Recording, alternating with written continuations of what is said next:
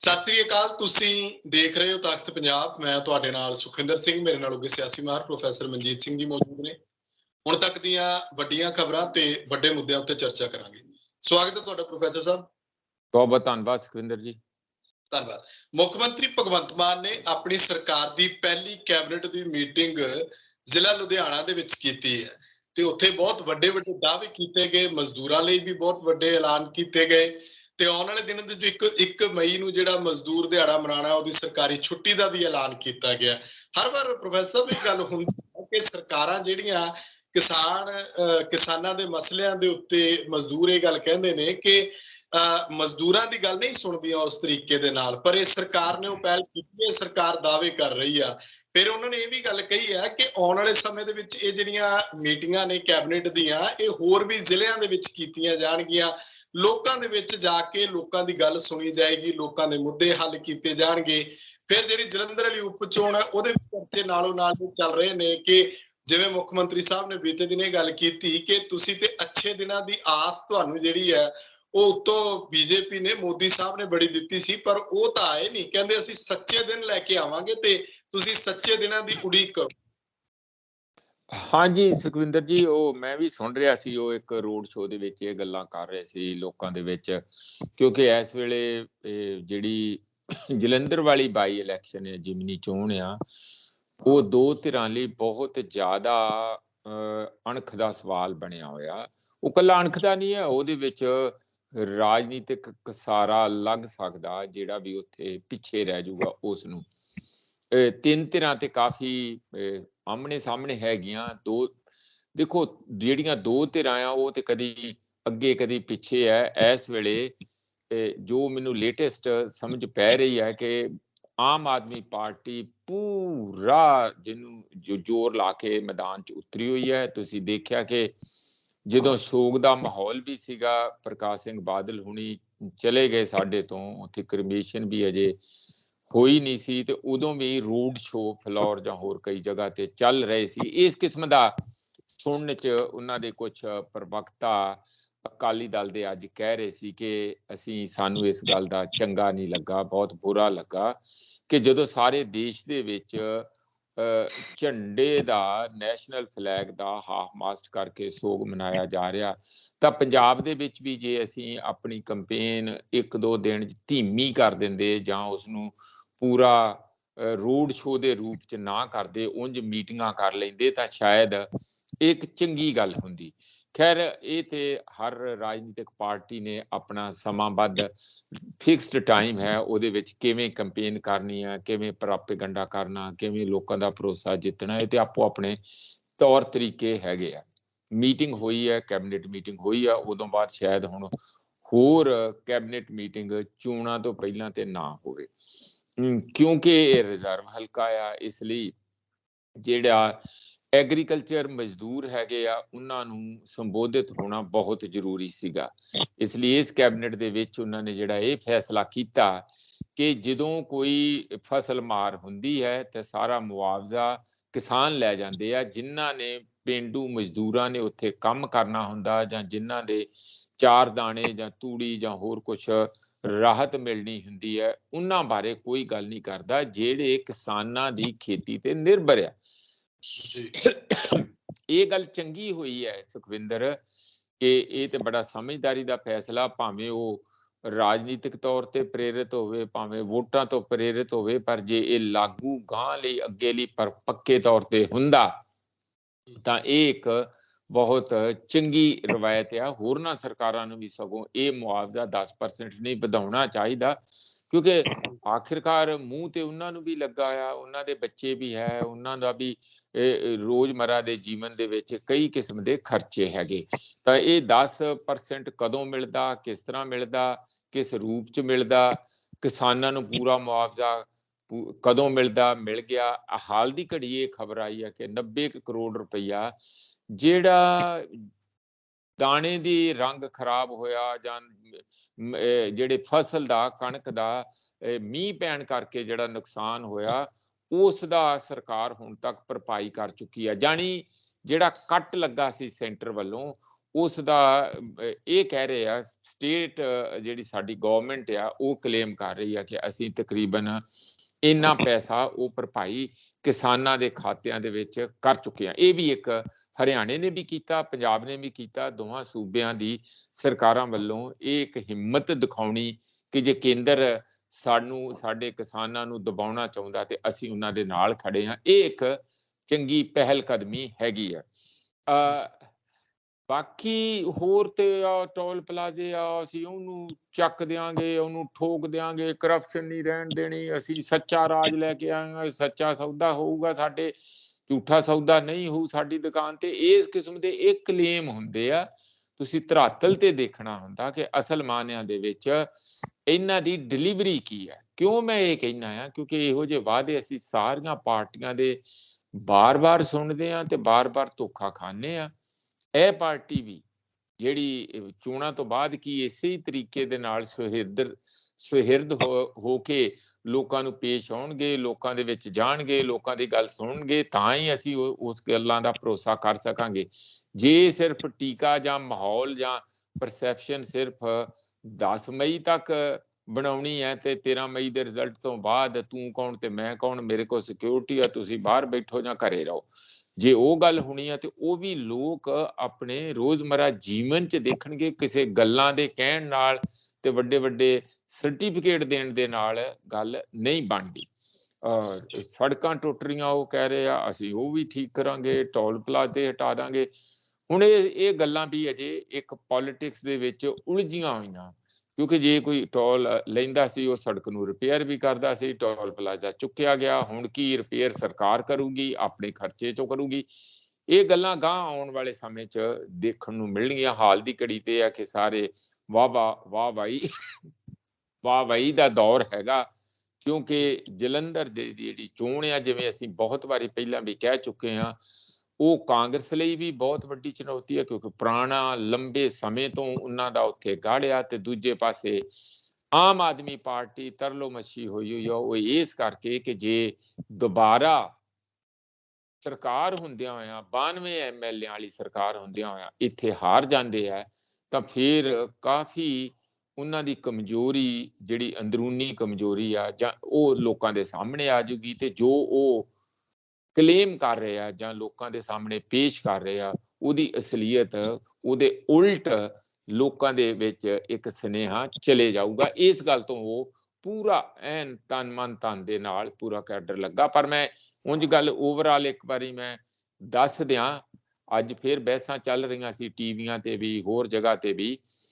ਸੁਖਵਿੰਦਰ, ਇੱਕ ਤੇ ਜਿਹੜਾ ਲੋਕਾਂ ਨੇ ਇਸ ਗੱਲ ਦਾ ਫੈਸਲਾ ਕਰਨਾ ਕਿ ਜਿਹੜੇ ਬਾਹਰੋਂ ਕੈਂਡੀਡੇਟ ਦੂਜੀਆਂ ਪਾਰਟੀਆਂ 'ਚੋਂ ਤੁਸੀਂ ਮੰਗਾ ਕੇ ਲਾਸਟ ਮੌਕੇ ਤੇ ਖੜਾ ਕਰ ਲੈਂਦੇ, ਜਿਵੇਂ ਘੋੜਾ ਮੰਡੀ 'ਚੋਂ ਖਰੀਦਣਾ ਹੁੰਦਾ ਤੇ ਉਹਦੇ ਤੇ ਥਾਪੀ ਮਾਰ ਕੇ ਕਾਠੀ ਪਾ ਕੇ ਚੱਲ ਪਈ ਤੂੰ ਹੁਣ ਮੇਰਾ। ਇਸ ਕਿਸਮ ਦਾ ਜਿਹੜਾ ਐਟੀਟਿਊਡ ਹੈ ਪਾਰਟੀਆਂ ਦਾ ਜਾਂ ਪੋਲਿਟਿਕਸ ਦੇ ਵਿੱਚ, ਉਹਦੇ ਬਾਰੇ ਲੋਕਾਂ ਨੇ ਕੀ, ਉਹ ਇਸ ਨੂੰ ਮਨਜ਼ੂਰ ਕਰਦੇ ਆ ਜਾਂ ਨਹੀਂ ਕਰਦੇ? ਇੱਕ ਤੇ ਇਸ ਗੱਲ ਦਾ ਇਹਨਾਂ ਵੋਟਾਂ 'ਚ ਸਾਨੂੰ ਫੈਸਲੇ ਦਾ ਪਤਾ ਲੱਗੂਗਾ। ਔਰ ਦੂਸਰਾ, ਜਦੋਂ ਜਿੱਥੇ ਇਹ ਬਦਲਾਅ ਹੋ ਜਾਂਦਾ, ਬਾਹਰੋਂ ਬੰਦੇ ਆ ਜਾਂਦੇ, ਜਿਵੇਂ ਬੀਜੇਪੀ ਦਾ ਤੇ ਆਮ ਆਦਮੀ ਪਾਰਟੀ ਨੇ ਬਾਹਰੋਂ ਦੂਜੀਆਂ ਪਾਰਟੀਆਂ ਦੇ ਬੰਦੇ ਆਪਣੇ ਅੰਦਰ ਲਿਆ ਕੇ ਖੜੇ ਕੀਤੇ, ਆਪਣੇ ਅੰਦਰੋਂ ਪਾਰਟੀ 'ਚੋਂ ਪੁਰਾਣੇ ਵਰਕਰਾਂ 'ਚੋਂ ਨਹੀਂ ਖੜਾ ਕੀਤਾ, ਤਾਂ ਉਹ ਜਿਹੜਾ ਲੋਕਲ ਕਾਡਰ ਆ, ਕੀ ਉਹ ਓਨੇ ਜੋਸ਼ ਵਿੱਚ ਜਾਂ ਓਨੇ ਹੀ ਇਮਾਨਦਾਰੀ ਨਾਲ, ਓਨੇ ਹੀ ਉਤਸ਼ਾਹ ਦੇ ਨਾਲ ਵੋਟਾਂ ਪਵਾਊਗਾ, ਜਾਂ ਇਹ ਗੱਲ ਵੇਖੂਗਾ ਕਿ ਇਹ ਜਿਹੜੇ ਨਵੇਂ ਬੰਦੇ ਬਾਹਰੋਂ ਆਏ ਆ ਇਹ ਹਾਰ ਜਾਣ? ਇਸ ਗੱਲ ਦਾ ਵੀ ਚਰਚਾ ਵੀ ਚੱਲ ਰਹੀ ਹੈ। ਇੱਕ ਇਸ ਗੱਲ ਦਾ ਵੀ ਫੈਸਲਾ 10 ਤਰੀਕ ਨੂੰ ਹੋਊਗਾ। ਬਾਕੀ ਜ਼ੋਰ ਤੇ ਦੇਖੋ ਹਰ ਕਿਸੇ ਨੂੰ ਲਾਉਣਾ ਚਾਹੀਦਾ ਤੇ ਲਾ ਵੀ ਰਿਹਾ। ਅਕਾਲੀ ਦਲ ਇਸ ਵੇਲੇ ਮੈਂ ਤੁਹਾਨੂੰ ਫਿਰ ਦੱਸ ਦਿਆਂ ਕਿ ਅੱਜ ਉਹਨਾਂ ਦੀ ਕੋਈ ਮੀਟਿੰਗ ਸੀ, ਕੱਲ ਤੋਂ ਉਹ ਜ਼ੋਰ ਸ਼ੋਰ ਨਾਲ ਆਪਣਾ ਕੈਂਪੇਨ ਵਿੱਚ ਉਤਰ ਜਾਣਗੇ। ਹੋ ਸਕਦਾ ਬਹੁਤ ਵੱਡੇ ਲੀਡਰ ਅਜੇ ਥੋੜੀ ਦੇਰ ਨਾ ਆਉਣ, ਪਰ ਉਹਨਾਂ ਦੇ ਵਰਕਰ ਕੈਂਪੇਨ 'ਚ ਉਤਰ ਰਹੇ ਆ। ਔਰ ਜਿਸ ਢੰਗ ਦੇ ਨਾਲ ਪ੍ਰਕਾਸ਼ ਸਿੰਘ ਬਾਦਲ ਹੋਣਾ ਦੇ ਸਦਾ ਲਈ ਸਾਨੂੰ ਵਿਛੋੜਾ ਦੇਣ ਤੋਂ ਬਾਅਦ ਜੋ ਮੀਡੀਆ ਦੇ ਵਿੱਚ ਉਹਨਾਂ ਨੇ ਇੱਕ ਕਾਫੀ ਆਪਣਾ ਲੋਕਾਂ ਵੱਲੋਂ ਉਹਨਾਂ ਦੇ ਕੀਤੇ ਹੋਏ ਕੰਮਾਂ ਦੀ ਪ੍ਰਸ਼ੰਸਾ ਦਾ ਕਾਫੀ ਵੱਡੇ ਪੱਧਰ ਤੇ ਚਰਚਾ ਹੋ ਰਹੀ ਹੈ। ਇੱਥੋਂ ਤੱਕ ਕਿ ਪ੍ਰਧਾਨ ਮੰਤਰੀ ਨੇ ਇਮੋਸ਼ਨਲ ਹੋ ਕੇ ਪਹਿਲੀ ਵਾਰੀ ਆਪਣੀ ਜ਼ਿੰਦਗੀ 'ਚ ਕਿਸੇ ਦੀ ਉਬਿਚਰੀ ਜਿਹਨੂੰ ਕਹਿੰਦੇ ਸ਼ਰਧਾਂਜਲੀ ਵਾਲਾ ਇੱਕ ਆਰਟੀਕਲ ਮੈਂ ਤੁਸੀਂ ਵੀ ਪੜ੍ਹਿਆ ਹੋਣਾ ਪੰਜਾਬੀ ਟ੍ਰਿਬਿਊਨ 'ਚ ਲਿਖ ਦਿੱਤਾ। ਇਹ ਵੀ ਇੱਕ ਚਰਚਾ ਚੱਲੀ ਹੋਈ ਹੈ ਕਿ ਕੀ ਇਹ ਜਿਹੜਾ ਸਾਰਾ ਪ੍ਰਭਾਵ ਦਿੱਤਾ ਜਾ ਰਿਹਾ ਕਿ ਸੱਚੀ ਮੁੱਚੀ ਉਹ ਬਹੁਤ ਵੱਡੇ ਲੀਡਰ ਸੀ, ਇਸ ਗੱਲ ਨੂੰ ਲੋਕ ਜਿਹੜੇ ਵੋਟਰ ਆ ਕਿ ਉਸੇ ਹੀ ਸ਼ਿੱਦਤ ਦੇ ਨਾਲ ਉਸੇ ਹੀ ਅਦਬ ਤੇ ਸਤਿਕਾਰ ਦੇ ਨਾਲ ਮਨਜ਼ੂਰ ਕਰਦੇ ਆ, ਜਾਂ ਅਜੇ ਵੀ ਉਹ ਢਿੱਲ ਮੱਠ ਦਿਖਾਉਂਦੇ ਆ ਜਾਂ ਉਹਨਾਂ ਦੇ ਸ਼ੰਕੇ ਸੁਭਾਅ ਦਿਖਾਉਂਦੇ ਆ, ਇਹ ਵੀ ਇਹਨਾਂ ਚੋਣਾਂ ਦੇ ਵਿੱਚ ਪਤਾ ਲੱਗ ਚੁੱਕਾ। ਹਾਂਜੀ, ਜਿਹੜੀ ਗੱਲ ਜਿੱਥੋਂ ਤੱਕ ਕਿਸਾਨਾਂ ਦੀ ਹੈ ਪ੍ਰੋਫੈਸਰ ਸਾਹਿਬ, ਉਹ ਬਹੁਤ ਵੱਡੀ ਖਬਰ ਹੈ ਕਿ 90% ਕਣਕ ਹੈ ਉਹ ਮਾਪਦੰਡਾਂ ਦੇ ਉੱਤੇ ਖਰੀ ਨਹੀਂ ਉਤਰ ਰਹੀ। ਇਸੇ ਕਰਕੇ ਜਿਹੜੇ ਕਹਿੰਦੇ ਸਿਆਸਤਦਾਨ ਨੇ ਜਾਂ ਹੋਰ ਲੋਕ ਨੇ ਉਹ ਮੰਡੀਆਂ ਦੇ ਵੱਲ ਮੂੰਹ ਨਹੀਂ ਕਰ ਰਹੇ, ਤਾਂ ਉਹ ਵੀ ਬਹੁਤ ਵੱਡੇ ਸਵਾਲ ਖੜੇ ਕਰਦਾ। ਕਣਕ ਦੀ ਲਿਫਟਿੰਗ ਨਾ ਹੋਣਾ, ਵੱਡੇ ਵੱਡੇ ਭੰਡਾਰ ਜਿਹੜੇ ਨੇ ਉਹ ਮੰਡੀਆਂ ਦੇ ਵਿੱਚ ਲੱਗੇ ਹੋਏ ਨੇ, ਉਹਨਾਂ ਦੀ ਸਾਂਭ ਸੰਭਾਲ ਨੂੰ ਲੈ ਕੇ ਕਿਸਾਨਾਂ ਨੂੰ ਫਿਕਰ ਰਹਿੰਦਾ ਕਿ ਜੇ ਫੇਰ ਬੇਮੌਸਮੀ ਜਿਹੜੀ ਬਰਸਾਤ ਹੈ, ਜਿਵੇਂ ਮੌਸਮ ਬਦਲ ਰਿਹਾ ਤਾਂ ਉਹਦੇ ਨਾਲ ਜੇ ਅਸਰ ਪੈਣਾ, ਜਿਵੇਂ ਰਾਜੇਵਾਲ ਸਾਹਿਬ ਪਿੱਛੇ ਜੇ ਲੇਖ ਵੀ ਲਿਖਦੇ ਰਹੇ ਨੇ ਕਿ ਅੰਨ ਦਾ ਸੰਕਟ ਜਿਹੜਾ ਉਹ ਸਾਡੇ ਉੱਤੇ ਸਿਰ ਤੇ ਤਲਵਾਰ ਵਾਂਗੂ ਲਟਕ ਰਿਹਾ। ਨਹੀਂ, ਚੰਗੀ ਖਬਰ ਮੈਂ ਪਹਿਲਾਂ ਦੇ ਦਿਆਂ ਤੁਹਾਨੂੰ ਕਿ ਅਨਾਜ ਘੱਟ ਨਹੀਂ ਹੋਇਆ।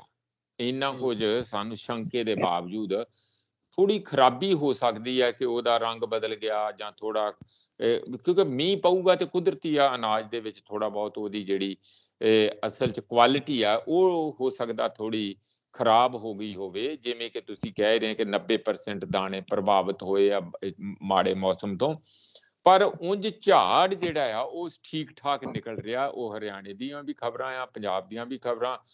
ਹੁਣ ਤੱਕ 100 ਲੱਖ ਮੈਟ੍ਰਿਕ ਟਨ ਜਿਹੜੀ ਆ ਉਹ 132 ਤੱਕ ਦੇ ਹੈਗੀ ਹੈ, 100 ਤੱਕ ਜਿਹੜੀ ਹੈ ਲੱਖ ਮੈਟ੍ਰਿਕ ਟਨ ਤੱਕ ਕਣਕ ਖਰੀਦੀ ਜਾ ਚੁੱਕੀ ਹੈ। ਜਿਹੜੀ ਅਸਲੀ ਦਿੱਕਤ ਕਿਉਂ ਨਹੀਂ ਇਹ ਪੋਲੀਟੀਸ਼ੀਅਨ ਜਾਂ ਡੀਸੀ ਵਗੈਰਾ ਮੰਡੀਆਂ 'ਚ ਜਾ ਰਹੇ, ਕਣਕ ਤੇ ਧੜਾ ਧੜ ਆ ਰਹੀ ਆ, ਅਚਨਚੇਤ ਬੜੀ ਭਾਰੀ ਅਮਾਉਂਟ ਦੇ ਵਿੱਚ ਆ ਰਹੀ ਆ, ਉਹਦੀ ਖਰੀਦ ਜਿਹੜੀ ਆ ਉਸੇ ਤੇਜ਼ੀ ਨਾਲ ਨਹੀਂ ਹੋ ਰਹੀ। ਉਹਦਾ ਇੱਕ ਕਾਰਨ ਇਹ ਵੀ ਹੈ ਕਿ ਕਣਕ ਜਿਹੜੀ ਖਰੀਦੀ ਹੋਈ ਹੈ ਉਹਦੀ ਨਾਲੋਂ ਨਾਲ ਉਸੇ ਪੱਧਰ ਤੇ ਕਲੀਅਰੈਂਸ ਨਹੀਂ ਹੋ ਰਹੀ, ਚੁੱਕੀ ਨਹੀਂ ਜਾ ਰਹੀ। ਉਂਝ ਬੋਰੀਆਂ ਭਰੀਆਂ ਪਈਆਂ ਨੰਗੀਆਂ ਪਰ ਮੰਡੀਆਂ ਦੇ ਵਿੱਚ ਮਾਰ ਬੋਰੀਆਂ ਹੀ ਬੋਰੀਆਂ ਚਾਰੇ ਪਾਸੇ ਨਜ਼ਰ ਆ ਰਹੀਆਂ, ਇਹ ਫੋਟੋਆਂ ਵੀ ਅਖਬਾਰਾਂ 'ਚ ਆ ਰਹੀਆਂ। ਉਹਦੇ ਕਰਕੇ ਇੱਕ ਤੇ ਖਤਰਾ ਇਹ ਹੈ ਕਿ ਮੀਂਹ ਦਾ ਅਜੇ ਵੀ ਮੌਸਮ ਤੁਹਾਨੂੰ ਰੋਜ਼ ਹੀ ਅਲਾਰਮ ਆ ਜਾਂਦਾ ਵੀ ਅੱਜ ਪੈ ਸਕਦਾ, ਕੱਲ ਪੈ ਸਕਦਾ। ਅਜੇ ਤੇ ਇੰਝ ਲੱਗਦਾ ਕਿ ਜਿਵੇਂ ਮਾਰਚ ਹੀ ਹੋਵੇ ਜਦ ਕਿ ਮਈ ਆਉਣ ਵਾਲਾ। ਇਹ ਹਾਲਾਤ ਮੌਸਮ ਦੀ ਆ ਇੱਥੇ।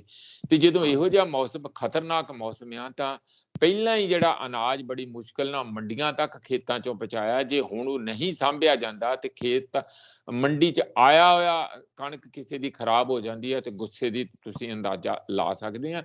ਇਸ ਕਰਕੇ ਉਹ ਮੰਡੀਆਂ ਵੱਲ ਲੀਡਰ ਸਾਹਿਬਾਨ ਅੱਗੇ ਫੋਟੋਆਂ ਲਵਾਉਣ ਲਈ ਕਦੀ ਖੰਨਾ ਮੰਡੀ ਚਲੇ ਗਏ, ਕਦੀ ਅਬੋਹਰ ਚਲੇ ਗਏ, ਕਦੀ ਕਿਸੇ ਦਾਣਾ ਮੰਡੀ ਚਲੇ ਗਏ, ਤੇ ਬਹੁਤ ਵਧੀਆ ਜੀ, ਬਹੁਤ ਵਧੀਆ ਜੀ, ਉਹ ਕਰਵਾਉਣ ਲਈ ਉਹ ਫੋਟੋਆਂ ਲਵਾਉਣ ਲਈ ਜਾਂਦੇ ਸੀ।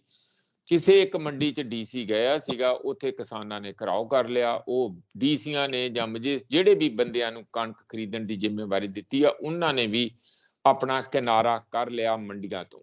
ਤੇ ਇਸ ਲਈ ਇਹ ਜਿਹੜੀ ਗੱਲ ਤੁਹਾਡੀ ਬਿਲਕੁਲ ਠੀਕ ਹੈਗੀ ਆ ਕਿ ਇਸ ਵੇਲੇ ਜਿਹੜਾ ਮੰਡੀਆਂ ਦੇ ਵਿੱਚ ਜੇ ਖਤਰੇ ਦੀ ਜਿਹੜੀ ਘੰਟੀ ਹੈ, ਜਿਹੜੀ ਥੋੜੀ ਚਿੰਤਾ ਵਾਲੀ ਹੈ, ਉਹ ਇਹੀ ਹੈ ਕਿ ਛੇਤੀ ਤੋਂ ਛੇਤੀ ਅਨਾਜ ਜਿਹੜਾ ਇੱਥੋਂ ਕਲੀਅਰ ਹੋ ਜਾਏ ਤਾਂ ਕਿ ਵੇਲੇ ਸਿਰ ਉਹ ਗੋਡਾਊਨਸ ਦੇ ਵਿੱਚ ਚਲੇ ਜਾਏ ਜਿੱਥੇ ਵੀ ਗੱਡੀਆਂ ਭਰ ਕੇ ਜਾਣਾ, ਤਾਂ ਕਿ ਕਿਸਾਨਾਂ ਦਾ ਤੇ ਖੈਰ ਨੁਕਸਾਨ ਸਰਕਾਰ ਪਿੱਠ ਪਿੱਛੇ ਖੜੀ ਹੈ ਨਹੀਂ ਹੋਣ ਦੇਊਗੀ ਉਹਨਾਂ ਜਿੰਨਾ। ਵੈਸੇ ਹੀ ਅਨਾਜ ਦੀ ਕੁਆਲਿਟੀ ਜਿਹੜੀ ਆਖਰਕਾਰ ਕਿਸੇ ਨੂੰ ਡੰਗਰਾਂ ਨੂੰ ਥੋੜੀ ਪਾਉਣਾ, ਬੰਦਿਆਂ ਨੇ ਹੀ ਖਾਣਾ, ਤੇ ਜੇ ਉਹ ਅਨਾਜ ਖਰਾਬ ਗੋਡਾਊਨ ਦੇ ਵਿੱਚ ਜਾਊਗਾ ਤਾਂ ਉਹ ਜੇ ਤੁਸੀਂ ਐਕਸਪੋਰਟ ਕਰਨਾ ਤਾਂ ਵੀ ਦਿੱਕਤ ਆਊਗੀ। ਜੇ ਤੁਸੀਂ ਆਪਾਂ ਆਪਣੀ ਮੰਡੀ ਦੇ ਵਿੱਚ ਆਪਣੇ ਹੀ ਲੋਕਾਂ ਨੂੰ ਉਹ ਅੱਗੇ ਖਵਾਉਣਾ ਹੈ ਤਾਂ ਵੀ ਉਹਦੀ ਉਹ ਮਿਆਰ ਨਹੀਂ ਰਹੂਗਾ, ਕੁਆਲਿਟੀ ਨਹੀਂ ਰਹੂਗੀ ਜਿਹੜੀ ਅਸਲ 'ਚ ਚੰਗੇ ਦਾਣੇ ਦੀ ਹੋਣੀ ਚਾਹੀਦੀ ਹੈ। ਇਸ ਕਰਕੇ ਇਹ ਖਤਰਾ ਲਗਾਤਾਰ ਬਣਿਆ ਹੋਇਆ। ਜੀ ਬਿਲਕੁਲ, ਤੁਸੀਂ ਗੱਲ ਕਰ ਰਹੇ ਸੀ ਅਕਾਲੀ ਦਲ ਦੀ ਪ੍ਰਧਾਨ ਮੰਤਰੀ ਸਾਹਿਬ ਦੇ ਲੇਖ ਜਿਹੜਾ ਸਾਰੀਆਂ ਅਖਬਾਰਾਂ ਦੇ ਵਿੱਚ ਛਪਿਆ, ਕੱਲਾ ਪੰਜਾਬੀ ਟ੍ਰਿਬਿਊਨ ਨਹੀਂ ਛਪਿਆ, ਉਹਦੇ ਬਹੁਤ ਮਾਇਨੇ ਕੱਢੇ ਜਾ ਰਹੇ ਨੇ। ਲਗਾਤਾਰ ਇਹੀ ਚਰਚਾ ਕਿ ਕੀ ਅਕਾਲੀ ਦਲ ਤੇ ਭਾਜਪਾ ਦਾ ਗੱਠਜੋੜ ਦੁਬਾਰ ਤੋਂ ਹੋਣ ਜਾ ਰਿਹਾ ਹੈ ਜਾਂ ਫਿਰ ਕੀ ਉਹ ਹੋਣਾ ਚਾਹੀਦਾ ਹੈ। ਜਾਂ ਉਹਦੇ ਨਾਲ ਪੰਜਾਬ ਨੂੰ ਕੀ ਬੈਨੀਫਿਟ ਹੋ ਸਕਦਾ ਹੈ, ਜਾਂ ਫਿਰ ਉਹ ਸਿਰਫ ਇੱਕ ਸੱਤਾ ਦੀ ਪ੍ਰਾਪਤੀ ਤੱਕ ਸੀਮਤ ਹੈ, ਕਰਨਾ ਚਾਹੀਦਾ ਹੈ ਜਾਂ ਨਹੀਂ ਕਰਨਾ ਚਾਹੀਦਾ? ਸਲਾਹਾਂ ਦੇਣ ਵਾਲੇ ਤਾਂ ਬਹੁਤ ਹੋਣੇ। ਸੁਖਵਿੰਦਰ, ਇੱਕ ਤੇ ਗੱਲ ਆਪਾਂ ਮੰਨ ਲਈਏ ਕਿ ਇਸ ਵੇਲੇ ਜਿਹੜੀ ਸੱਤਾ ਰਾਜਨੀਤੀ ਉਹ ਸੱਤਾ ਦੀ ਬਣ ਗਈ ਆ, ਵਿਚਾਰ ਦੀ, ਸਮਾਜ ਦੀ, ਲੋਕਾਂ ਦੀ ਉਸ ਕਿਸਮ ਦੀ ਰਾਜਨੀਤੀ ਨਹੀਂ ਹੈ, ਨਾ ਕਿਸੇ ਕਾਨੂੰਨ ਦੀ ਰਾਜਨੀਤੀ ਹੈਗੀ। ਸੰਵਿਧਾਨ ਨੂੰ ਤਾਂ ਕੋਈ ਪੁੱਛਦਾ ਹੀ ਨਹੀਂ, ਆਪਣੇ ਹੀ ਪਾਰਟੀ ਦੇ ਬਣੇ ਹੋਏ ਸੰਵਿਧਾਨ ਤੇ ਪ੍ਰੋਗਰਾਮ ਨੂੰ ਨਹੀਂ ਪੁੱਛਦੀਆਂ ਪਾਰਟੀਆਂ। ਸਿਰਫ ਤੇ ਸਿਰਫ ਆ ਹੁਣ ਜਿਸ ਤਰ੍ਹਾਂ ਜਲੰਧਰ ਦੇ ਵਿੱਚ ਆ ਬਾਈ ਇਲੈਕਸ਼ਨ ਜਿਹੜੀ ਜਿਮਨੀ ਚੋਣ ਹੈ, ਉਹਦੇ ਚ ਕੰਸੀਡਰੇਸ਼ਨ ਕੀ ਹੈਗੀਆਂ?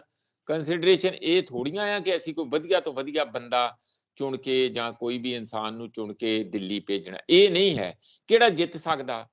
ਉਹ ਸ਼ਰਾਬੀ ਆ, ਕਬਾਬੀ ਆ, ਨਸ਼ੇੜੀ ਹੈ, ਜਾਂ 2 ਨੰਬਰੀ ਹੈ, ਜਾਂ ਕੋਈ ਗੈਂਗਸਟਰ ਦੇ ਨਾਲ ਉਹਦੇ ਰਿਸ਼ਤੇ ਹੈਗੇ ਆ, ਕੋਈ ਇਹੋ ਜਿਹਾ ਉਹਨਾਂ ਨੂੰ ਸਭ ਖਾਦਾ ਪੀਤਾ ਤੇ ਹਾਜ਼ਮਾ ਤੇਜ਼ ਆ ਪੋਲੀਟੀਕਲ ਪਾਰਟੀਆਂ ਦਾ। ਆ ਜਿਹੜੇ 2 ਕੈਂਡੀਡੇਟ ਬਾਹਰੋਂ ਆਏ ਆ ਉਹਨਾਂ ਦੇ ਉੱਤੇ ਕਈ ਕਿਸਮ ਦੀ ਇਹੋ ਜਿਹੀ ਬੈਕਗ੍ਰਾਉਂਡ ਜਿਹੜੀ ਕਿ ਇੱਕ ਪੋਲੀਟੀਸ਼ੀਅਨ ਦੀ ਨਿਰਮਲ ਸਾਫ਼ ਸੁਥਰੇ ਪੋਲੀਟੀਸ਼ੀਅਨ ਦੀ ਨਹੀਂ ਹੋਣੀ ਚਾਹੀਦੀ, ਉਹੋ ਜਿਹੀ ਬੈਕਗ੍ਰਾਉਂਡ ਚੋਂ ਆਏ ਆ ਜਿਨ੍ਹਾਂ ਤੇ ਇਹੋ ਜਿਹੇ ਦੋਸ਼ ਫਾਰਮਲੀ ਲੱਗੇ ਹੋਏ ਆ।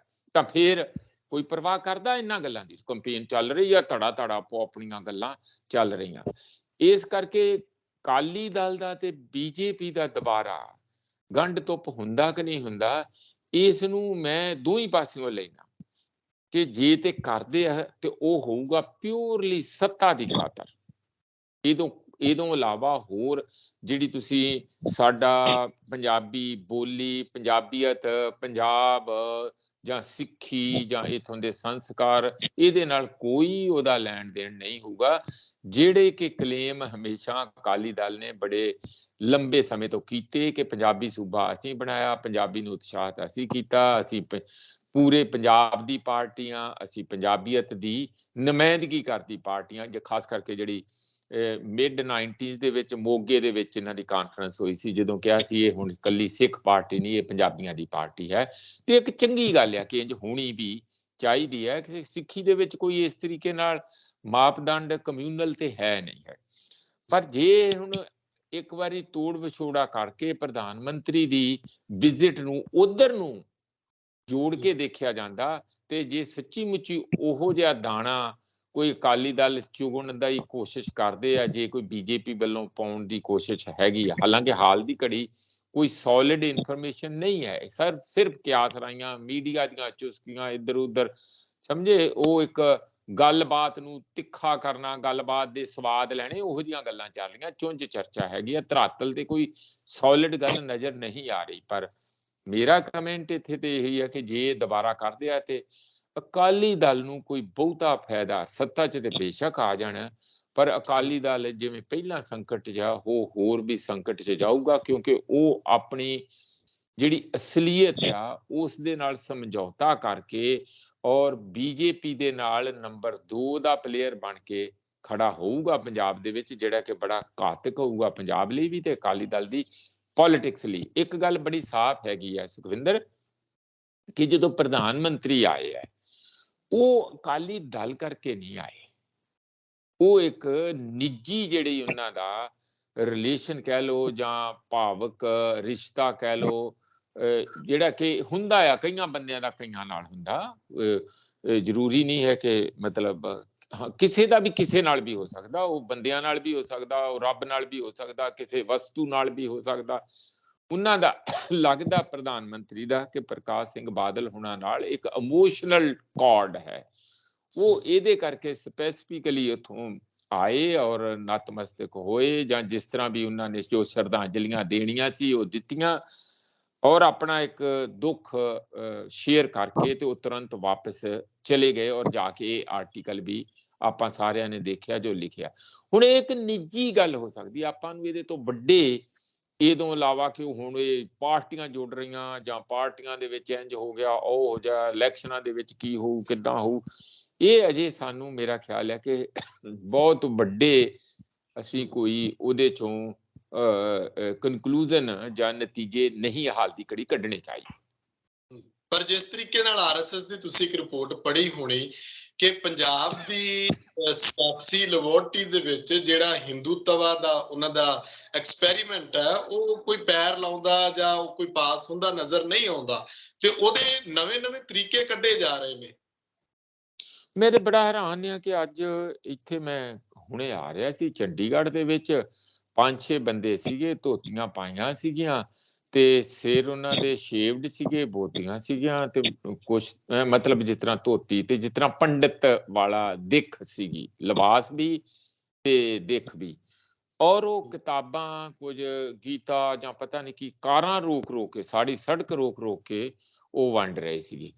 ਇਸ ਕਿਸਮ ਦਾ ਇੱਥੇ ਤੇ ਇੱਕ ਦੇਸ਼ ਦੇ ਅੰਦਰ ਇਹੋ ਜਿਹਾ ਮਾਹੌਲ ਹਿੰਦੂਤਵਾ ਦਾ ਜਗ੍ਹਾ ਜਗ੍ਹਾ ਉਹ ਤੇ ਇੱਕ ਕੋਸ਼ਿਸ਼ ਕੀਤੀ ਜਾ ਰਹੀ ਆ। RSS ਦਾ ਨੈਟਵਰਕ ਬੜਾ ਸਟਰੋਂਗ ਆ ਪੰਜਾਬ ਦੇ ਅੰਦਰ। ਆਪਾਂ ਦੇਖਦੇ ਹਾਂ ਮੋਹਨ ਭਾਗਵਤ ਪਿੱਛੇ ਜੇ ਡੇਰਾ ਬਿਆਸ ਵਾਲਿਆਂ ਨੂੰ ਵੀ ਮਿਲ ਕੇ ਗਏ ਆ, ਹੋਰ ਡੇਰੇ ਸਾਡੇ ਇੱਥੇ ਹੈ ਜਿਹਦੇ ਰਾਹੀਂ ਉਹ ਕਈ ਸੰਸਥਾਨ ਹੈ ਜਿੱਥੇ ਉਹ ਬਿਲਕੁਲ ਇਨ ਟੱਚ ਰਹਿੰਦੇ ਆ।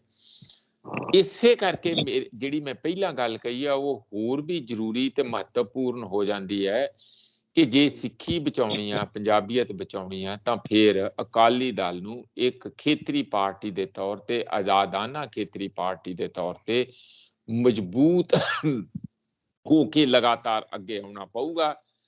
ਜੇ ਉਹ ਕਿਸੇ ਵੀ ਤਰੀਕੇ ਨਾਲ ਸੱਤਾ ਦੇ ਲੋਭ ਤੇ ਲਾਲਚ ਦੇ ਵਿੱਚ ਕਿ ਹਾਏ ਓਏ ਸੱਤਾ ਤੋਂ ਬਾਹਰ ਰਿਹਾ ਨਹੀਂ ਜਾਂਦਾ ਤੇ ਫਿਰ ਕੋਈ ਵੀ ਸਮਝੌਤਾ ਕਰ ਲਓ, ਫਿਰ ਉਹ ਪਾਰਟੀ ਤੇ ਰਹਿ ਸਕਦੀ ਆ ਪਰ ਉਹਨਾਂ ਦੀ ਜਿਹੜੀ ਆਤਮਾ ਆ ਉਹ ਅੰਦਰੋਂ ਖੋਖਲੀ ਹੋ ਜੂਗੀ, ਖਾਲੀ ਹੋ ਜੂਗੀ।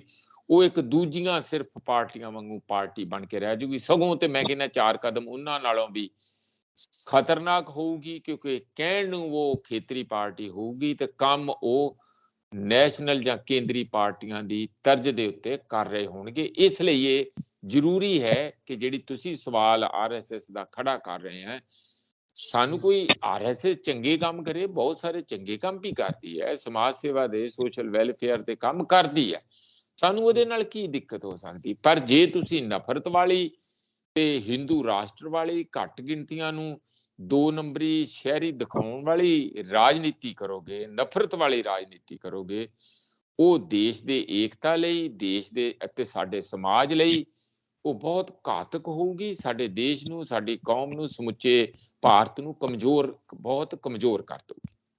ਜੀ ਬਿਲਕੁਲ।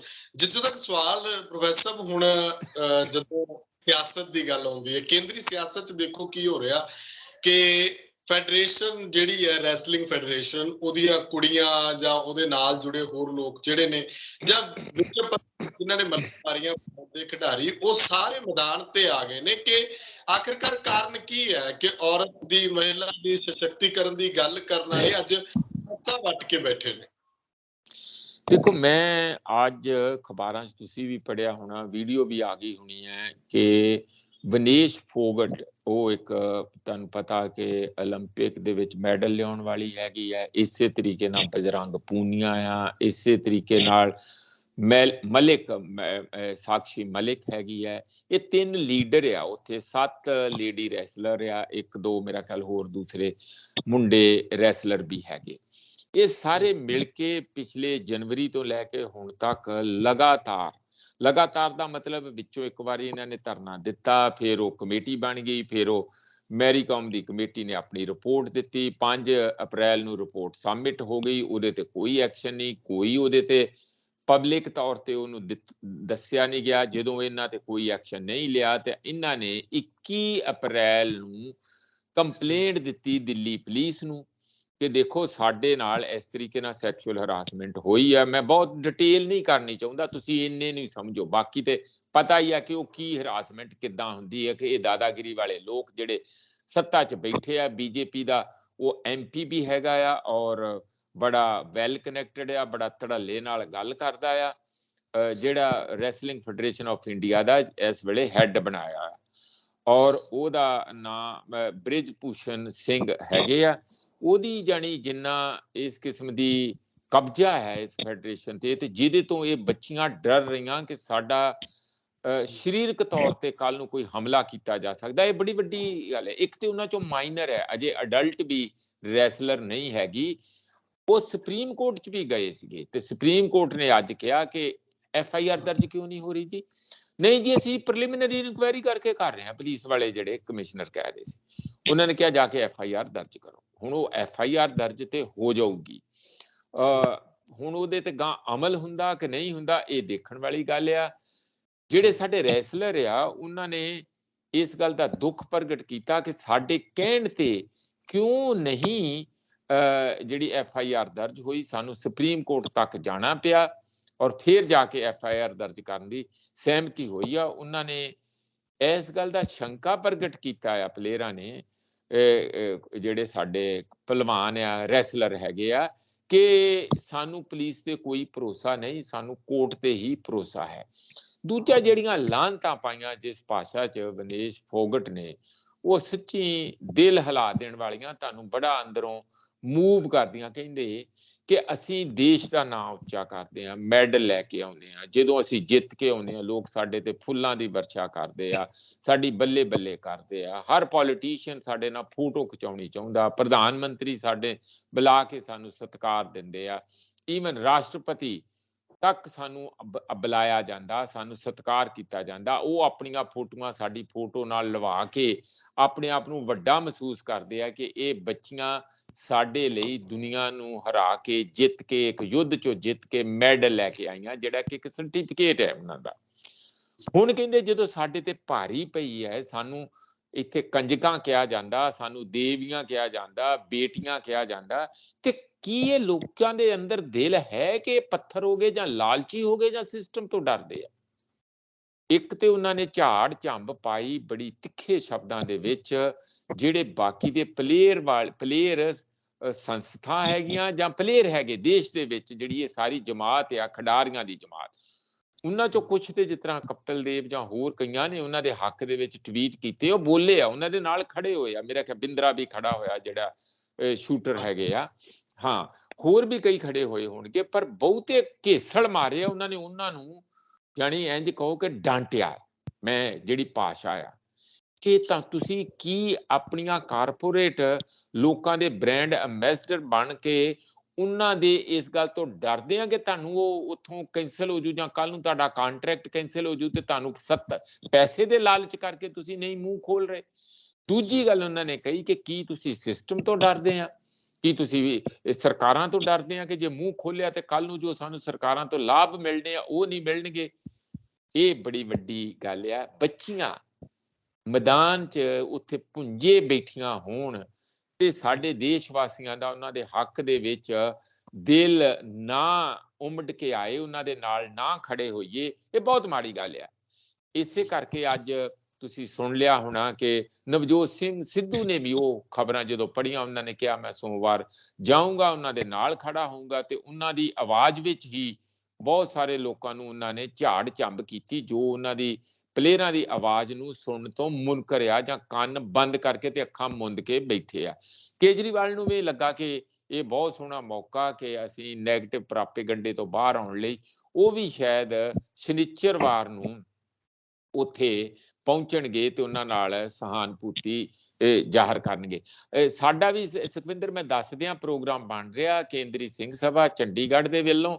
ਅਸੀਂ ਅੱਜ ਫੈਸਲਾ ਕਰ ਲਿਆ ਕਿ ਐਤਵਾਰ ਨੂੰ ਅਸੀਂ ਵੀ ਉੱਥੇ ਕੁਝ ਲੋਕ, ਕੁਝ ਹਰਿਆਣੇ ਦੇ, ਤੁਸੀਂ ਜਾਣਦੇ ਆ ਜਗਮਤੀ ਸਾਂਗਵਾਨ ਜਿਹੜੀ ਕਿ ਅਡਵਾ ਦੀ ਵਿਮਨ, ਜਿਹੜੀ ਡੈਮੋਕ੍ਰੈਟਿਕ ਵਿਮਨ ਐਸੋਸੀਏਸ਼ਨ ਹੈਗੀ, ਉਹਨਾਂ ਦੇ ਕਾਫੀ ਵੱਡੇ ਲੀਡਰ ਆ, ਉਹ ਖੁਦ ਪਲੇਅਰ ਰਹੇ ਆ, ਉਹ ਵੀ ਕਹਿ ਰਹੇ ਆ ਕਿ ਅਸੀਂ ਵੀ ਪਲਾਨ ਕਰਦੇ ਆ ਕਿ ਅਸੀਂ ਐਤਵਾਰ ਨੂੰ ਸਾਡੇ ਨਾਲ ਹੀ ਉੱਥੇ ਪਹੁੰਚੀਏ।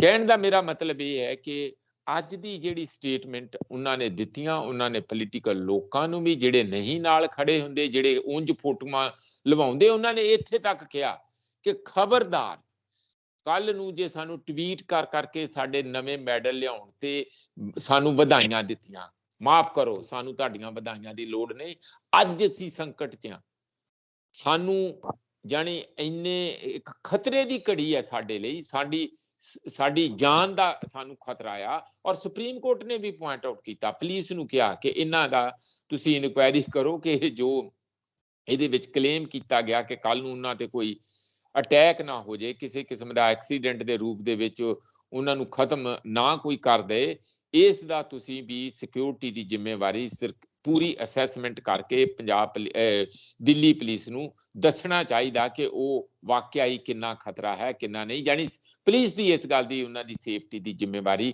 ਸੁਪਰੀਮ ਕੋਰਟ ਵੱਲੋਂ ਲਾਈ ਗਈ ਹੈ। ਇਹ ਮੈਂ ਤੇ ਇੰਨਾ ਹੀ ਕਹੂੰਗਾ ਕਿ ਮੇਰਾ ਖਿਆਲ ਹੈ ਕਿ ਜੇ ਸਾਡੇ ਦੇਸ਼ ਦੇ ਵਿੱਚ ਵੱਡੇ ਲੀਡਰ, ਜਿਹਦੇ ਵਿੱਚ ਮੈਂ ਮਨੋਹਰ ਲਾਲ ਖੱਟਰ ਨੂੰ ਵੀ ਮੰਨਦਾ ਕਿਉਂਕਿ ਉਹਨਾਂ ਨੇ ਵੀ ਸੰਦੀਪ ਸਿੰਘ ਨੂੰ ਮਿਨਿਸਟਰ ਅਜੇ ਤੱਕ ਬਣਾਇਆ ਤੇ ਉਹਨਾਂ ਨੇ ਜਿਹੜੀ ਕੋਚ ਦੇ ਨਾਲ ਇਹੋ ਜਿਹੀ ਸੈਕਸ਼ੂਅਲ ਹਰਾਸਮੈਂਟ ਆਪਣੇ ਦਫ਼ਤਰ 'ਚ ਬੁਲਾ ਕੇ ਕੀਤੀ ਸੀਗੀ, ਉਹਦਾ 2 ਦਿਨ ਪਹਿਲਾਂ ਕੋਈ ਐਂਡੇਵਰ ਦੇ ਨਾਲ ਉਹਦੀ ਸਕੂਟੀ ਨੂੰ ਮਾਰ ਕੇ, ਜਿਹੜੀ ਵੀ ਉਹ ਸਕੂਟਰ ਤੇ ਸੀਗੀ ਕਿਸੇ ਪੈਟਰੋਲ ਪੰਪ ਤੇ, ਕੋਈ ਕਾਲੇ ਰੰਗ ਦੀ ਸੀਗੀ, ਉਸਨੂੰ ਐਕਸੀਡੈਂਟ ਦਿਖਾਲਣ ਦੀ ਕੋਸ਼ਿਸ਼ ਕੀਤੀ। ਉਹਨੂੰ ਉਹ ਮਾਰ ਵੀ ਸਕਦੇ ਸੀ। ਇਸ ਗੱਲ ਦੀ ਪੁਲਿਸ ਰਿਪੋਰਟ ਹੋਈ ਹੈ। ਇਹੋ ਜਿਹੀਆਂ ਹਾਲਾਤਾਂ ਤੋਂ ਦਿੱਲੀ ਵਾਲੇ ਪਲੇਅਰ ਡਰ ਰਹੇ ਆ ਕਿ ਅਸੀਂ ਤੇ ਦੇਸ਼ ਲਈ, ਦੇਸ਼ ਦਾ ਨਾਂ ਉੱਚਾ ਕਰਨ ਲਈ ਆਪਣੀਆਂ ਮਿਹਨਤਾਂ ਕਰ ਰਹੇ ਹਾਂ ਤੇ ਦੇਸ਼ ਸਾਡੇ ਨਾਲ ਜੇ ਅੱਜ ਨਹੀਂ ਖੜਾ ਤੇ ਸਾਡਾ ਦਿਲ ਟੁੱਟੂਗਾ। ਇਹ ਮੈਂ ਖੱਟਰ ਦੀ ਤੇ ਪ੍ਰਧਾਨ ਮੰਤਰੀ ਤੇ ਯੋਗੀ ਵਰਗੇ ਲੋਕਾਂ ਦੀ ਮੈਂ ਇਹ ਗੱਲ ਕਰਦਾ ਕਿ ਜੇ ਇਹ ਸੱਚੀ ਮੁੱਚੀ ਪਰਿਵਾਰਕ ਬੰਦੇ ਹੁੰਦੇ, ਇਹਨਾਂ ਦੀਆਂ ਆਪਣੀਆਂ ਕੋਈ ਧੀਆਂ ਭੈਣਾਂ ਉਸ ਕਿਸਮ ਦੇ ਰਿਸ਼ਤਿਆਂ 'ਚ ਵੱਡੇ ਹੋਏ ਹੁੰਦੇ ਤੇ ਇਹਨਾਂ ਨੂੰ ਇਹਨਾਂ ਦਾ ਦਰਦ ਹੋਰ ਕਿਸਮ ਦਾ ਹੋਣਾ ਸੀ। ਉਹ ਸਿਰਫ ਸਵਾਏ ਰਾਜਨੀਤੀ, ਸੱਤਾ ਤੇ ਹੋਰ ਜਿਹੜਾ ਆਪਾਂ ਕਿਵੇਂ ਆਪਣੀ ਪਾਰਟੀ ਦਾ ਸੋਚਣਾ, ਉਸ ਕਿਸਮ ਦਾ ਸੋਚਣਾ, ਉਹੋ ਹੀ ਉਹਨਾਂ ਤੇ ਭਾਰੂ ਰਹਿੰਦਾ। ਜਿਹੜੀ ਇੱਕ ਮਾਨਵਤਾ ਹੁੰਦੀ ਹੈ, ਇੱਕ ਕਿਸੇ ਦੀ ਭਾਵਨਾਤਮਕ ਅਪੀਲ ਹੁੰਦੀ ਆ, ਉਹ ਇਹਨਾਂ ਦੇ ਦਿਲ ਨੂੰ ਛੂੰਹਦੀ ਨਹੀਂ। ਜੇ ਛੂੰਹਦੀ ਹੁੰਦੀ ਤੇ ਦਿੱਲੀ 'ਚ ਬੈਠਾ ਪ੍ਰਧਾਨ ਮੰਤਰੀ ਚੰਡੀਗੜ੍ਹ 'ਚ ਆ ਕੇ ਸ਼ਰਧਾਂਜਲੀ ਜੇ ਦੇ ਸਕਦੇ ਆ ਤਾਂ ਉੱਥੇ ਬੈਠੇ ਜਿਹੜੀਆਂ ਆਪਣੀਆਂ ਬੱਚੀਆਂ ਕਿਸੇ ਬੰਦੇ ਨੂੰ ਭੇਜ ਕੇ ਉਹ ਫੈਸਲਾ ਨਹੀਂ ਕਰਵਾ ਸਕਦੇ। ਮੇਰੇ ਖਿਆਲ ਸਪੋਰਟਸ ਮਿਨਿਸਟਰ ਜਿਹੜਾ ਆ ਉਹਨੇ ਵੀ ਇੱਕ ਵਾਰੀ ਸੁਣਵਾਈ ਕੀਤੀ, ਬਾਅਦ ਵਿੱਚ ਕੋਈ ਉਹਦਾ ਬਿਆਨ ਨਹੀਂ ਹੈਗਾ। ਤੇ ਕਿੱਡਾ ਕੁ ਵੱਡਾ ਦਾਦਾ ਆ ਜਿਹੜਾ ਬੰਦਾ ਬ੍ਰਿਜ ਭੂਸ਼ਣ ਸਿੰਘ ਆ, ਉਹ ਕੀ ਕਹਿ ਰਿਹਾ ਤੁਸੀਂ ਸੁਣ ਹੀ ਲਿਆ ਅੱਜ।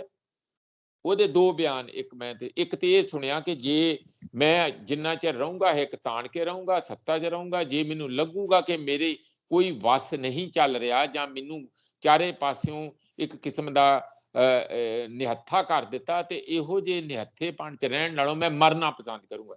ਕੀ ਮਤਲਬ ਹੈ? ਇਹ ਧਮਕੀ ਹੈ, ਇਹ ਧਮਕੀ ਹੈ। ਕੀ ਇਹ ਮੈਂ ਤਾਂ ਕਹਿੰਦਾ ਇਸੇ ਸਟੇਟਮੈਂਟ ਤੇ ਪੁਲਿਸ ਨੂੰ ਐਕਸ਼ਨ ਲੈਣਾ ਚਾਹੀਦਾ ਔਰ ਕੋਰਟਾਂ ਨੂੰ ਵੀ ਸੂਓ ਮੂਟੋ ਲੈਣਾ ਚਾਹੀਦਾ। ਇਹ ਇੱਕ ਐਡੇ ਵੱਡੇ ਰੁਤਬੇ ਦੇ ਬੰਦੇ ਦੇ, ਰੈਸਲਿੰਗ ਫੈਡਰੇਸ਼ਨ ਆਫ ਇੰਡੀਆ ਦੇ ਬੰਦੇ ਦਾ ਇਹ ਬਿਆਨ ਤੇ ਇਹ ਤੌਰ ਤਰੀਕੇ ਹੋਣਗੇ ਕਿ ਮੈਂ ਆਪਣੇ ਆਪ ਨੂੰ ਖਤਮ ਕਰਨਾ ਜ਼ਿਆਦਾ ਕਰੂੰਗਾ। ਜਾਣੀਏ ਸੁਸਾਈਡ ਕਰਨ ਦੀ ਤੁਸੀਂ ਧਮਕੀ ਦੇ ਰਹੇ ਆ ਕਿ ਮੈਂ ਆਪਣੇ ਆਪ ਨੂੰ ਨਹੀਂ ਜਿੰਦਾ ਰੱਖੂੰਗਾ। ਇਸੇ ਤਰੀਕੇ ਨਾਲ ਹੋਰ ਵੀ ਆ, ਹੁਣ ਕਿਸੇ ਚੈਨਲ ਨਾਲ ਉਹ ਦੇ ਰਹੇ ਸੀ ਇੰਟਰਵਿਊ ਤੇ ਇਹ ਸੁਣਨ ਨੂੰ ਮਿਲਿਆ ਕਿ ਉਹ ਕਹਿੰਦੇ ਕਿ ਮੈਂ ਬਿਲਕੁਲ ਠੀਕ ਠਾਕ ਆ, ਮੈਨੂੰ ਕੋਈ ਨਹੀਂ, ਮੈਨੂੰ ਕੋਰਟ ਦੇ ਉੱਤੇ ਭਰੋਸਾ ਆ ਔਰ ਮੈਨੂੰ ਸਿਸਟਮ ਤੇ ਭਰੋਸਾ। ਇਹੋ ਜਿਹੀਆਂ ਇੱਧਰ ਉੱਧਰ ਦੀਆਂ ਗੱਲਾਂ ਕਰ ਰਹੇ ਆ। ਜੇ ਤੁਸੀਂ ਇਹਦੋਂ ਇਲਾਵਾ ਕੁਝ ਹੋਰ ਇਸ ਕੇਸ ਬਾਰੇ ਅਪਡੇਟ ਹੈਗੀ ਹੈ ਤੇ ਜਰੂਰ ਸਾਡੇ ਸਰੋਤਿਆਂ ਨਾਲ ਸ਼ੇਅਰ ਕਰੋ। ਬਿਲਕੁਲ ਬਿਲਕੁਲ। ਬ੍ਰਿਜ ਭੂਸ਼ਣ ਸ਼ਰਮਾ ਲਗਾਤਾਰ ਇਸ ਗੱਲ ਦਾ ਦਾਅਵਾ ਕਰਦੇ ਨੇ ਕਿ ਮੈਂ ਅਸਤੀਫਾ ਦੇਣ ਲਈ ਤਿਆਰ ਹਾਂ, ਇਹ ਸਾਰਾ ਕੁਝ ਰਾਜਨੀਤੀ ਤੋਂ ਪ੍ਰੇਰਿਤ ਹੈ। ਕਦੇ ਅਸਤੀਫਾ ਮੰਗਦੇ ਨੇ, ਕਦੇ ਕਹਿੰਦੇ ਨੇ FIR ਦੇ ਕਰ ਦਿਓ, ਕਦੇ ਕਹਿੰਦੇ ਨੇ ਜੇਲ੍ਹ 'ਚ ਸੁੱਟ ਦਿਓ। ਉਹ ਲਗਾਤਾਰ ਇਸ ਨੂੰ ਸਿਆਸਤ ਦੇ ਨਾਲ ਜੋੜ ਕੇ ਦੇਖ ਰਹੇ, ਜਿਵੇਂ ਸੜਕਾਂ ਤੇ ਆ ਕੇ ਇਸ ਗੱਲ ਨੂੰ ਤਵੱਜੋ ਦੇ ਰਹੇ ਨੇ ਕਿ ਕੱਲ ਨੂੰ ਜਿਵੇਂ ਨਿਰਭਇਆ ਕਾਂਡ ਹੋਇਆ, ਦੁਨੀਆ ਸੜਕਾਂ ਤੇ ਆਈ, ਦਿੱਲੀ ਦੇ ਵਿੱਚ ਕਿਸ ਤਰ੍ਹਾਂ ਸੀ, ਮੁੜ ਕੇ ਕੈਂਡਲ ਲਿਜਾਣ ਦੇ ਨਾਲੋਂ ਚੰਗਾ ਹੈ ਕਿ ਅੱਜ ਉਹਨਾਂ ਕੁੜੀਆਂ ਦੇ ਨਾਲ ਖੜਿਆ ਜਾਵੇ ਜਿਹੜੀਆਂ ਨਿਆਂ ਮੰਗਦੀਆਂ ਨੇ, ਇਨਸਾਫ ਮੰਗਦੀਆਂ ਨੇ ਤੇ ਉਹ ਲਗਾਤਾਰ ਸੜਕਾਂ ਦੇ ਉੱਤੇ ਨੇ। ਉਹ ਕਹਿੰਦੇ ਸਾਨੂੰ ਦਿੱਲੀ ਪੁਲਿਸ ਤੇ ਵੀ ਭਰੋਸਾ ਨਹੀਂ, FIR ਵੀ ਹੋ ਜਾਏਗੀ ਤਾਂ ਵੀ ਸਾਨੂੰ ਕਹਿੰਦੇ ਭਰੋਸਾ ਨਹੀਂ, ਅਸੀਂ ਆਪਣੀ ਲੜਾਈ ਨੂੰ ਅੰਜਾਮ ਤੱਕ ਪਹੁੰਚਾਉਣ ਲਈ ਉਹ ਕਹਿੰਦੇ ਅਸੀਂ ਇੱਥੇ ਸੜਕਾਂ ਤੇ ਬੈਠੇ ਆ, ਸਾਨੂੰ ਇੱਥੇ ਇਨਸਾਫ ਚਾਹੀਦਾ, ਉਸ ਤੋਂ ਬਾਅਦ ਅਸੀਂ ਤੈਅ ਕਰਾਂਗੇ ਕਿ ਅਸੀਂ ਕੀ ਕਰਨਾ। ਫਿਰ ਉਹ ਇੱਥੋਂ ਤੱਕ ਦਾਅਵਾ ਕਰਦੀਆਂ ਕੁੜੀਆਂ ਕਿ ਅਸੀਂ ਜਿਹੜਾ ਆ ਇੱਥੋਂ ਹੀ 올림픽 ਵਿੱਚ ਜਾਵਾਂਗੇ, ਇੱਥੋਂ ਹੀ ਅੱਗੇ ਖੇਡ ਵਿੱਚ ਜਾਵਾਂਗੇ ਤੇ ਉੱਥੋਂ ਵੀ ਮੈਡਲ ਲੈ ਕੇ ਵਾਪਸ ਆਵਾਂਗੇ। ਤੇ ਜਦੋਂ ਅਸੀਂ ਪ੍ਰਾਪਤੀ ਦੀ ਗੱਲ ਕਰਦੇ ਆ ਤੇ ਫਿਰ ਉਹ ਤੁਹਾਡੇ ਸਾਰਿਆਂ ਦੇ ਸਾਹਮਣੇ। ਆਪਣੇ ਵਿਚਾਰ ਕਮੈਂਟ ਜ਼ਰੂਰ ਕਰਿਓ। ਤਖਤ ਪੰਜਾਬ ਨੂੰ ਸਬਸਕ੍ਰਾਈਬ ਕਰੋ, ਫੇਸਬੁੱਕ ਤੇ ਫੋਲੋ ਕਰੋ, ਉਹਨਾਂ ਲੜਕੀਆਂ ਨੂੰ ਸਪੋਰਟ ਕਰੋ। ਟਵਿੱਟਰ ਦੇ ਉੱਤੇ ਹੈਸ਼ਟੈਗ ਚੱਲ ਰਿਹਾ, ਉੱਥੇ ਜਾ ਕੇ ਸਪੋਰਟ ਕਰੋ। ਵੀਡੀਓਜ਼ ਜੋ ਉਹਨਾਂ ਦੀਆਂ ਨੇ ਉਹਨਾਂ ਨੂੰ ਵੱਧ ਤੋਂ ਵੱਧ ਸ਼ੇਅਰ ਕਰੋ ਤਾਂ ਕਿ ਉਹਨਾਂ ਦੀ ਆਵਾਜ਼ ਜਿਹੜੀ ਹੈ ਉਹ ਜਨ ਜਨ ਤੱਕ ਪਹੁੰਚੇ। ਧੰਨਵਾਦ।